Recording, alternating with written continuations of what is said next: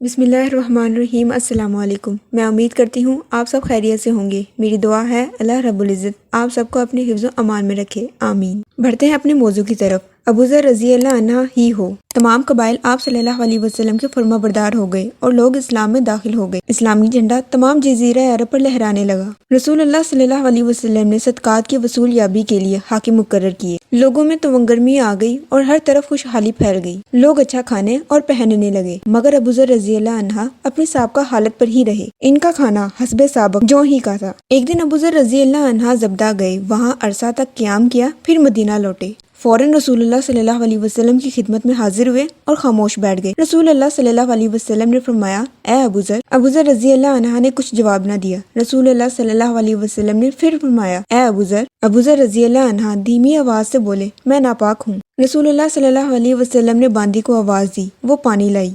ابو ذر رضی اللہ عنہ نے غسل کیا، پھر حاضر خدمت ہوئے اور رسول اللہ صلی اللہ علیہ وسلم کے برابر بیٹھ گئے۔ رسول اللہ صلی اللہ علیہ وسلم نے فرمایا، مٹی کافی ہے، گو برس ہاں برس پانی نہ ملے، ہاں جب پانی مل جائے تو غسل کر لینا چاہیے۔ رسول اللہ صلی اللہ علیہ وسلم ابو ذر رضی اللہ عنہ کو نصیحتیں کرنے لگے۔ ابو ذر رضی اللہ عنہ غور سے سن رہے تھے، حتیٰ کہ ابن الیلیتی آئے۔ وہ ازدی تھے۔ رسول اللہ صلی اللہ علیہ وسلم نے انہیں صدقات وصول کرنے کے لیے بھیجا تھا۔ ان کے پاس جو کچھ مال تھا اس کے 2 حصے کر دیے اور کہا، یہ آپ لوگوں کا ہے اور یہ مجھے بطور ہدیہ ملا ہے۔ رسول اللہ صلی اللہ علیہ وسلم کے چہرے پر غصے کے آثار ظاہر ہوئے۔ ابو ذر رضی اللہ عنہ بھانپ گئے اور ان سے پوچھا، تجھے کیسے ہدیہ ملا؟ رسول اللہ صلی اللہ علیہ وسلم کھڑے ہوئے اور خطبہ دیا۔ اللہ کی حمد و ثنا کے بعد فرمایا، اما بعد، میں تم میں سے کسی شخص کو حاکم بنا کر بھیجتا ہوں تو وہ میرے پاس آ کر کہتا ہے کہ یہ تمہارا ہے اور یہ میرا ہے جو مجھے ہدیہ ملا تھا، تو وہ اپنی ماں کے گھر کیوں نہ بیٹھا رہا کہ لوگ اسے ہدیہ دیتے۔ قسم ہے اس ذات کی جس کے ہاتھ میں میری جان ہے، تم میں سے جو کوئی بھی اس مال میں سے کچھ لے گا وہ قیامت کے دن اسے گردن پر اٹھائے ہوئے لائے گا۔ اگر اونٹ ہوگا تو وہ بلبلاتا ہوا آئے گا، اور گائے ہوگی تو دکراتی آئے گی، اور بکری ہوگی تو ممیاتی آئے گی۔ ابن الیلیتی جو کچھ لائے تھے سب حوالے کر دیا اور اس میں سے کچھ بھی نہیں لیا۔ ابو ذر رضی اللہ عنہ نے ان کی طرف متوجہ ہو کر کہا، یہ کام بہتر ہے۔ وہ بولے، مجھے معلوم تھا، اور انہوں نے سر جھکا لیا۔ ابو ذر رضی اللہ عنہ نے کہا، غم نہ کر، اچھی طرح جان لے کہ یہ دنیا اس شخص کا گھر ہے جس کا کوئی گھر نہیں، اور اس کا مال ہے جس کا کوئی مال نہیں۔ اس کے لیے وہی کوشش کرتا ہے جسے یقین حاصل نہیں۔ پھر کہا، جا اور رسول اللہ صلی اللہ علیہ وسلم سے معذرت کر۔ ابن الیلیتی رسول اللہ صلی اللہ علیہ وسلم کی خدمت میں گئے اور معذرت کی، معافی چاہی۔ رسول اللہ صلی اللہ علیہ وسلم نے فرمایا، اللہ فرماتا ہے، اے میرے بندو، تم میں سے ہر ایک گناہ گار ہے مگر جسے میں بخش دوں۔ مجھ سے مغفرت چاہو، میں معاف کر دوں گا۔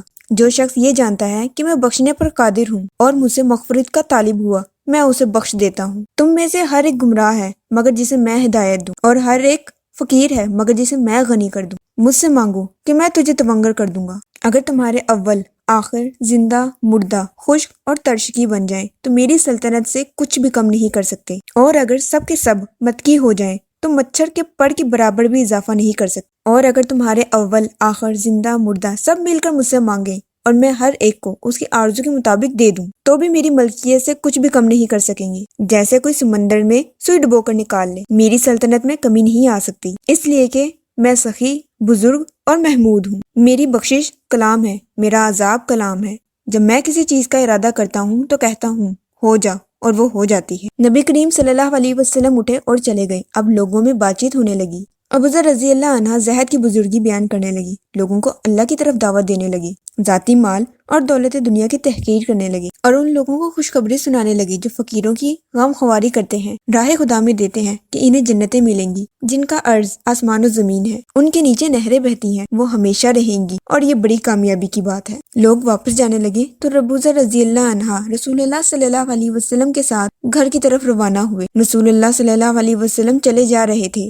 دکیہ قلبی کی صورت میں جبرائیل علیہ السلام آپ صلی اللہ علیہ وسلم کے ساتھ تھے۔ ابو ذر رضی اللہ عنہ نے سلام نہ کیا تو جبرائیل علیہ السلام نے کہا، یہ ابو ذر رضی اللہ عنہ ہے، اگر سلام کرتے تو ہم بھی سلام کا جواب دیتے۔